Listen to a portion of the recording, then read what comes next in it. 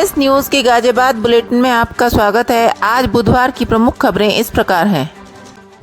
80,000 के लिए किया 9 माह के मासूम बच्चे का अपहरण, पुलिस ने 3 आरोपियों को पकड़ा।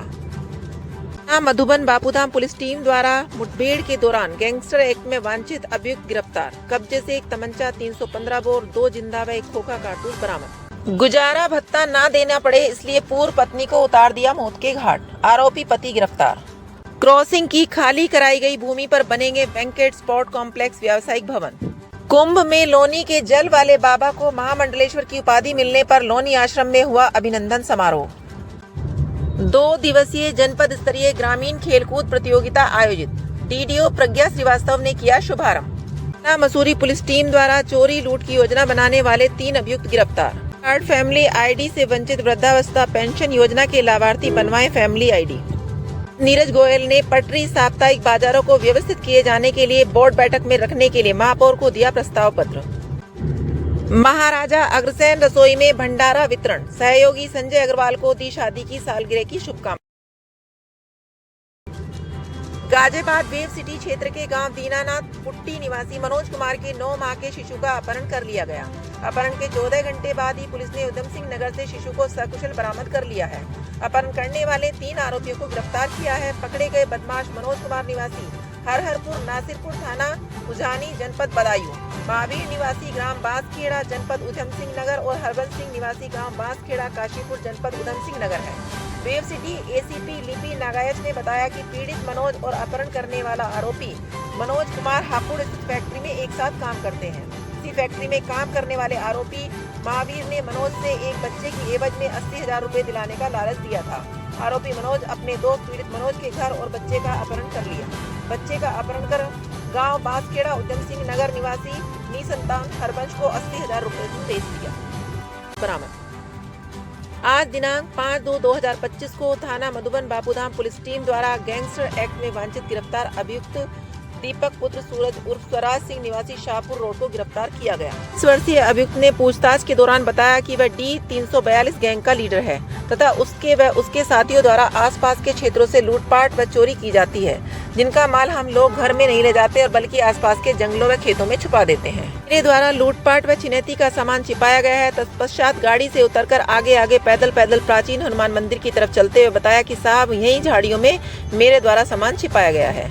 अचानक सड़क के दाहिनी तरफ बनी झाड़ियों में एकदम से छलांग लगाकर वहां से एक तमंचा उठाया और हम पुलिस वालों पर जान से मारने की नियत से फायर कर दिया, जिससे पुलिस टीम द्वारा सिखलाए हुए तरीके से बाल बचे। पुलिस टीम मधुबन बापूधाम द्वारा अपने को संभालते हुए तथा मौके की नजाकत को भांपते हुए व अपने हमरा पुलिस बल की आत्मरक्षार्थ हेतु अभियुक्त दीपक को ललकारते हुए अपने सरकारी असलाह से बदमाश के पैरों की तरफ एक फायर किया गया तथा बदमाश वहीं भूमि पर कराते हुए गिर गया तथा आवश्यक बल प्रयोग करते हुए घायल अभियुक्त दीपक उपरोक्त को मौके पर ही पकड़ लिया गया तथा प्राथमिक उपचार देते हुए पुलिस बल के साथ अस्पताल भिजवाया गया। गिरफ्तार 21 जनवरी को सुबह 10 बजे के आसपास अगवा हुई मधु शर्मा पुत्री VK शर्मा निवासी ब्रह्मपुरी मोदीनगर के मर्डर का खुलासा एसीपी मोदीनगर ज्ञान प्रकाश राय की अगुवाई है। मोदीनगर थाने के SHO प्रशांत कुमार त्यागी की टीम ने कर दिया। 23 जनवरी को मधु की गुमशुदगी की रिपोर्ट दर्ज की गई थी। इस खुलासे के दौरान पुलिस ने मृतका मधु शर्मा के पूर्व पति सोनू शर्मा पुत्र महेश शर्मा निवासी चुड़ियाला भोजपुर को गिरफ्तार कर लिया। एसीपी ज्ञान प्रकाश राय के अनुसार पूछताछ में पत्नी का कत्ल करने वाले सोनू शर्मा ने बताया कि उसका तलाक मधु शर्मा से हो गया था। उसके बाद उसने दूसरी लड़की से शादी कर ली थी। मधु शर्मा द्वारा गुजारा भत्ते के लिए जो केस किया गया था उसमें वह जीत गई थी। इसके चलते उसे अपनी पूर्व पत्नी को गुजारा भत्ता की लाखों की रकम देनी पड़ रही थी। वह रकम ना देनी पड़े इसलिए उसने अपनी पूर्व पत्नी को रास्ते से हटाने की साजिश रच डाली।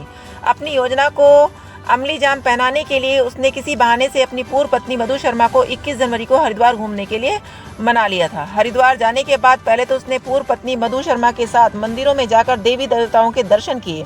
इस बीच उसने मधु को गुजारा भत्ते की राशि न लेने के लिए समझाया। जब वह नहीं मानी तो उसने मधु शर्मा की हत्या करके उसके शव को चंडी मंदिर के पीछे जंगल में फेंक दिया। वारदात को अंजाम देने के बाद वह अपने घर आ गया।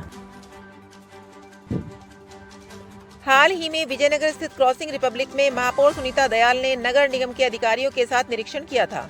और महापौर व नगर आयुक्त के निर्देशन में लगभग 40,000 वर्ग मीटर भूमि खाली कराई गई, लेकिन अभी लगभग 10,000 वर्ग मीटर भूमि पर कब्जा मुक्त होनी है। निरीक्षण के दौरान महापौर ने देखा कि क्रॉसिंग से ट्रीटमेंट प्लांट मुख्य रोड पर यह भी है, जिसमें नगर निगम द्वारा आय के स्रोत बनाए जा सकते हैं और इस पर कार्य करने के लिए अधिकारियों के साथ वार्ता भी की गई, जिसमें महापौर ने उक्त भूमि पर बैंकेट हॉल, स्पोर्ट्स कॉम्प्लेक्स, व्यावसायिक भवन, दुकान आदि बनाने की रूपरेखा तैयार की जा रही है। भूमि पर किसी भी प्रकार के भवन बनाए जाने से निगम की आय बढ़ेगी, साथ ही नगर निगम की भूमि भी सुरक्षित रहेगी। महापौर ने अतिरिक्त 10,000 वर्ग मीटर भूमि पर भी नजर डाली, जिसमें चार्जिंग स्टेशन बनाया हुआ है और कई ने टीन शेड डालकर कब्जा किया हुआ है। बहुत लोगों ने पशुपालन भी किया हुआ है, जिसको मौके पर ही जल्द से जल्द स्वयं खाली कराने की चेतावनी दी गई। महाकुंभ से जल वाले बाबा जब महामंडलेश्वर की उपाधि से विभूषित होकर पहली बार लोनी स्थित अपने आश्रम पर आए तो एक भव्य अभिनंदन समारोह का आयोजन हुआ, जिसमें हजारों भक्तों में पुष्पाहार, उपहार व नकद दान देकर उनसे आशीर्वाद प्राप्त किया। इस अवसर पर सभी ने अपनी यथा योग्य क्षमता के अनुसार बाबा को दान स्वरूप सामग्री भेंट की। समारोह में आए हुए भक्तों के लिए भंडारा प्रसादम की भी व्यवस्था ट्रस्ट द्वारा की गई थी। इसके अतिरिक्त बाबा ने भी अपने समारोह में आए हुए सभी भक्तों को कैलेंडर, माला व चित्र आदि भेंट किए। जल वाले बाबा के परम भक्त सुनील शर्मा ने बताया कि बाबा द्वारा सभी कष्ट झेलने वाले सभी भक्तों को मंत्र सिद्ध जल वितरित करते हैं, जिसको ग्रहण करके दुखी व्यक्तियों के संकट दूर किए जाने का दावा किया गया है। अभिनंदन समारोह में बड़ी संख्या में श्रद्धालु जल ग्रहण करने हेतु लाइन में लगे थे। थाना मसूरी पुलिस टीम द्वारा चोरी लूट की योजना बनाने वाले 3 अभियुक्तों को गिरफ्तार किया गया। इनके कब्जे से एक अवैध तमंचा, एक जिंदा कारतूस व पूर्व में लूट के 2 मोबाइल व 2200 रुपए बरामद किए गए।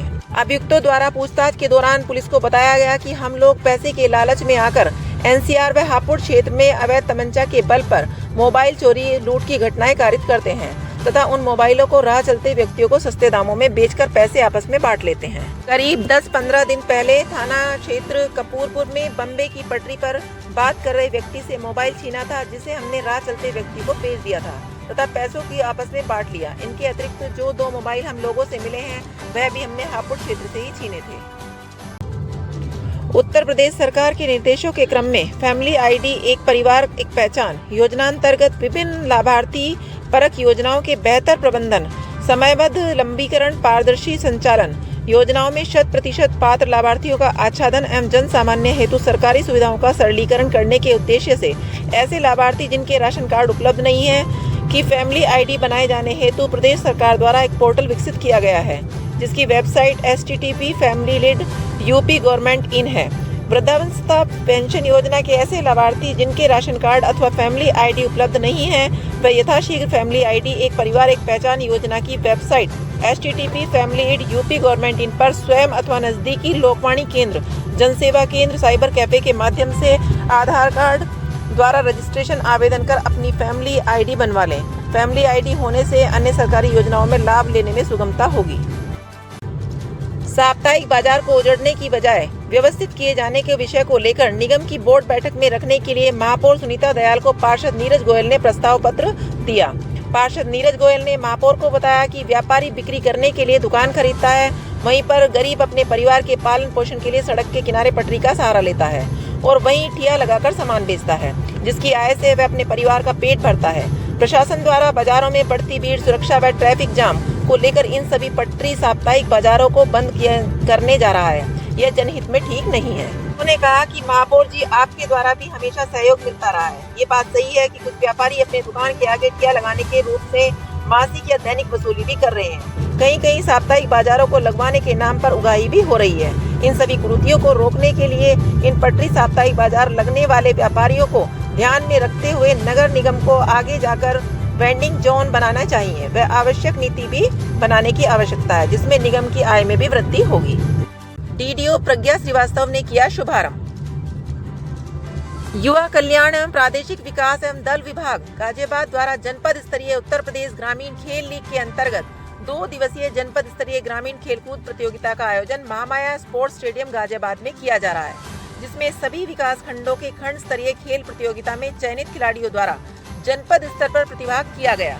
एथलेटिक्स में 100, 200, 400, 800 मीटर दौड़ का आयोजन किया गया, जिसमें सीनियर, जूनियर व सब जूनियर बालक बालिकाओं द्वारा प्रतिभाग किया गया। विजेता बालक बालिका खिलाड़ियों को मेडल व प्रमाण पत्र देकर पुरस्कृत किया गया। महाराजा अग्रसेन रसोई में भंडारा वितरण सहयोगी एवं समाज सेवी संजय अग्रवाल एवं ममता अग्रवाल की शादी की 36वीं सालगिरह पर उन्हें ट्रस्ट की ओर से शुभकामनाएं दी गईं। इस अवसर पर लोकेश सिंगल, डीटी गर्ग, श्याम सुंदर गुप्ता, अरविंद गुप्ता, हेमंत कंसल, प्रदीप गुप्ता, डीके मित्तल, चंदन सिंधवानी, यूएस गर्ग, संदीप सिंगल, जितेंद्र भटनागर ने पुष्पहार एवं अंग वस्त्र भेंट कर उन्हें शुभकामनाएं दी। इस अवसर पर ट्रस्ट के मुख्य संरक्षक वीके अग्रवाल ने अग्रवाल दंपत्ति के सुखद गृह जीवन की शुभ मंगल कामना की। नए हैं कृपया लाइक और सब्सक्राइब अवश्य करें और हाँ, पहले आइकॉन अवश्य दबाएं ताकि आपको हमारी लेटेस्ट वीडियो का नोटिफिकेशन मिलता रहे। धन्यवाद।